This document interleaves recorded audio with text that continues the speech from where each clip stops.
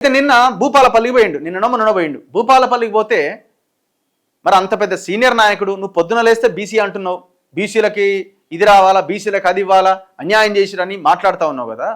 మరి నీ సొంత పార్టీ నువ్వు ఆ నియోజకవర్గానికి పోయిన తర్వాత BRS party working president KTR గారికి స్వాగతం సుస్వాగతం, బీఆర్ఎస్ పార్టీ భూపాలపల్లి నియోజకవర్గం. ఈ వెంకటరమణారెడ్డి ఆయన భార్య ఫోటోలు వేసుకున్నాడు. ఏదైనా మధుసూదనాచారి ఫోటో ఉందా? మధుసూదనాచారి ఫోటో ఉందా? నువ్వేమలా పెద్ద పెద్ద ఎత్తున బీసీల గురించి మాట్లాడతావు. మధుసూదనాచారి ఫోటో ఉందా? మళ్ళీ మొన్న ఏమంటున్నావు, సీఎం రమేష్ చెప్తున్నాడు కదా, రెడ్లు మొత్తం అటువైపు వెళ్ళిపోయారు, మా వైపు లేరు రెడ్లు అని వాళ్ళ మీద దుర్భాషలాడే ప్రయత్నం చేసినావు. వాళ్ళని కూడా నువ్వు దగ్గరికి తీసుకోలే. భారత రాష్ట్ర సమితి ముఖ్య కార్యకర్తల సమావేశం భూపాలపల్లి నియోజకవర్గం. ఏదండి పాపం మధుసూదనాచారి ఫోటో ఏది? మధుసూదనాచారి లాంటి వాళ్ళు పెట్టిన భిక్షనే నీకు ఆ పదవి, అర్థమైందా?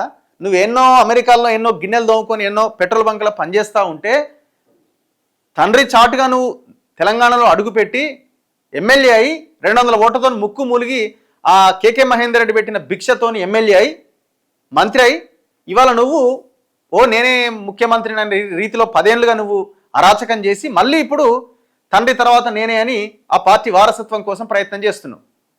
ఒక నియోజకవర్గానికి పోయినప్పుడు అక్కడ ఒక బీసీ నాయకుడు ఉన్నాడు, మధుసూదనాచారి, తెలంగాణ కోసం పనిచేసిండు, మా పార్టీలో ఆయన అవసరం మా పార్టీకి ఉన్నది అని గుర్తించి ఆయన ఫోటోలు కనీసం పెట్టాలి కదా. కనీసం ఆయన ఫోటో కూడా పెట్టలేదు. చూడండి ఎంత ఇది అనుకోవాలా.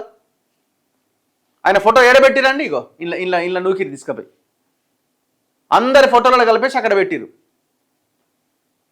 మరి కనీసం కొంచెమైనా కామన్ సెన్స్ ఉండాలి కదా. నువ్వు ఒక లీడర్ వర్కింగ్ ప్రెసిడెంట్ అని మాట్లాడుకుంటున్నావు.